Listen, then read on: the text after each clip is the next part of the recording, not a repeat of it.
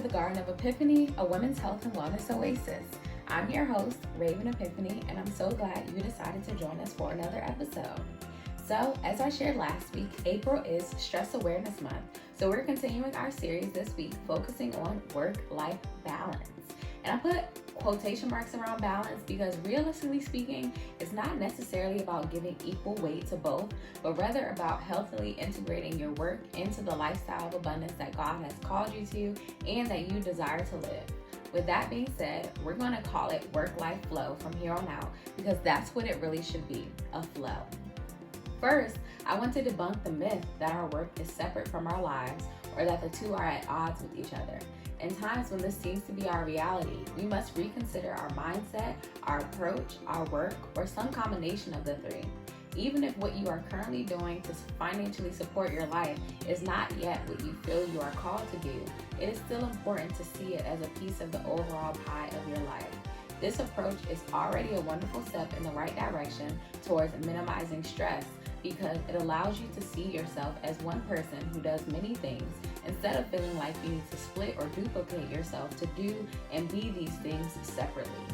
See your life as one big picture that includes your work and your life, not necessarily as work life versus life.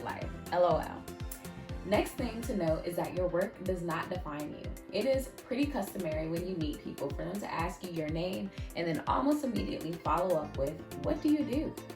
This alone sets the stage for us to be defined by or find identity in the work we do. Even if what you do actually is a large part of who you are because you run a business or operate in a role that you feel you are called or created to do or that you love, it is still a part of the overall pie of your life. Resist the temptation to define yourself by the work you do, even when others try to. This will help to prevent stress in the times when work or business is not going well, because you will be able to see it as something in the business not working and not as you becoming or being a failure.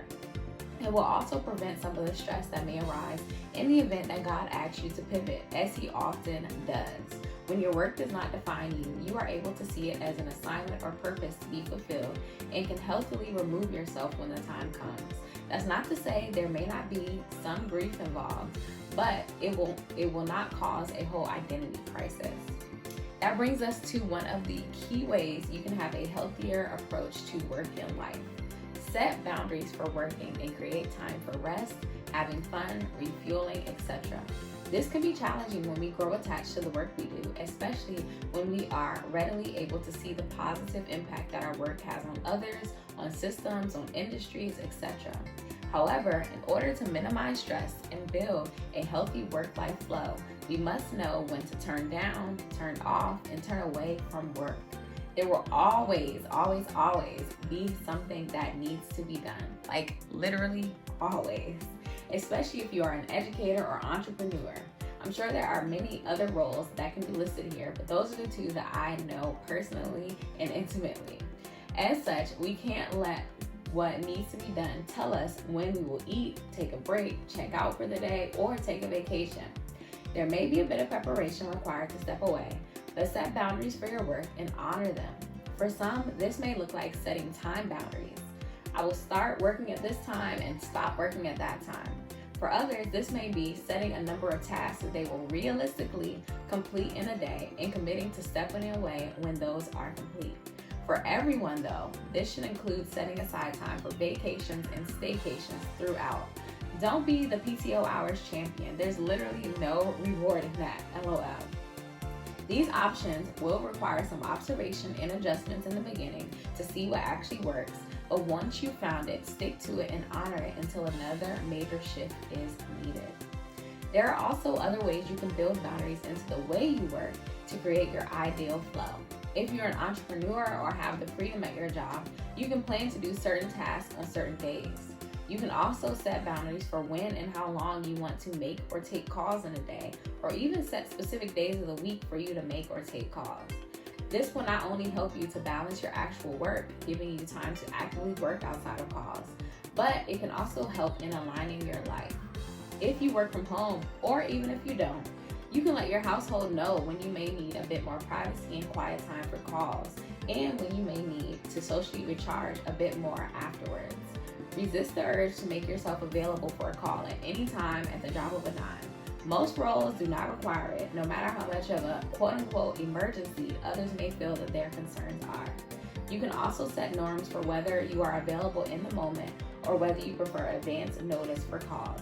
Now, don't go getting into trouble on my account if your job is a bit more strict, but I do believe there are usually ways to gently set boundaries, set norms, and set expectations in advance without ruffling feathers. By the way, if your job requires you to be super social, some built-in quiet time each day is almost a must. Really, all of us can benefit from quiet time each day because we are often pouring out, whether it be socially, mentally, emotionally, or even spiritually. Build in some quiet time to recharge. Quiet time can look different for each person, but it should be a time when you don't have to talk, and it can also be a time when you give your brain a break from heavy thinking. Again, not recommending emptying your mind through meditation, but rather relaxing and giving your brain a break from strategizing and contemplating the intricacies of life. Now, before we get into our last tip of the day, I want to introduce today's sponsor. If you know me, you know I love rocking stylish glasses. If I must wear them to see, I might as well rock out in style, right? Well, whether you wear glasses for sight, style, or both, Z-Lul is the place to go for your next pair of glasses. And guess what? You may even be able to use your flexible spending account to purchase. Use the link in the description of today's episode and get some new glasses today. Their prices, their styles, and their colors will not disappoint. Now, back to the episode. There are so many more tips that I could share about working towards a better work-life flow, but the last one I will go into detail about here is to establish a firm morning routine. My morning routine is my baby, and I do not leave home or start work without it. Consider how you want to wake yourself up in the morning and prepare for your day. Do you need water, coffee, tea, a smoothie? Are we working out? How will you spend time with God in the morning? Is it prayer, reading the word, or maybe a combination? How will you command your day? Scriptural affirmations, a daily prayer or decree, checking out a devotional or sermon? What hygienic practices are important to and for you? Do you like to eat breakfast? If so, do you want to grab and go, or do you actually want to make time for traditionally sitting down to have breakfast? Simply put, how will you fuel your spirit, mind, and body when you wake up? And how will you then prepare for your day? Write out the things you would ideally like to do in the morning and begin implementing them one or two at a time, giving yourself at least a week or two before adding something else. It may require some tweaking and rearranging over time and as your needs change, but consider what you need before you can show up as your best self, and then commit to doing that, even on the days when you are not working. For me, my morning routine is more of a checklist than a rigid routine. There are certain things I do in a specific order, like spending time with God first thing and brushing my teeth when I first use the restroom. But the rest is flexible as far as timing and based on what I have going on that day. So don't feel obligated to perform like a robot once you've established your routine. And once you've mastered your morning routine, I encourage you to consider what you want your evening wind down routine to look like. I'm still working on this one, but I definitely like to wash my face, pray, and play a game or two on my phone before bed. Consider what you need and establish your own evening routine using that same process you use to create your morning routine. So, overall, having a healthy work-life flow can really help to maximize joy and fulfillment and minimize stress and its effects on our minds and bodies. Work is a part of our lives, but it doesn't have to be and shouldn't be our whole lives. Begin to view it as a piece of your life's pie and approach it as such. Remember that your work does not define you, though it may be a part of you. Set boundaries for your workday and how you will approach your work, and make time for rest and vacation.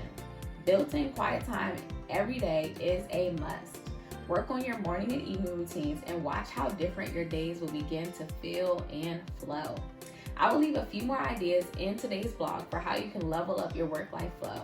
And for you, send me a message or let me know in the blog comments, what do you implement that helps you maintain a healthy work-life flow? Thank you for tuning in for today's episode. I hope you have a healthy and wholesome rest of the week, and I will talk to you guys back here on Faith Friday, God willing.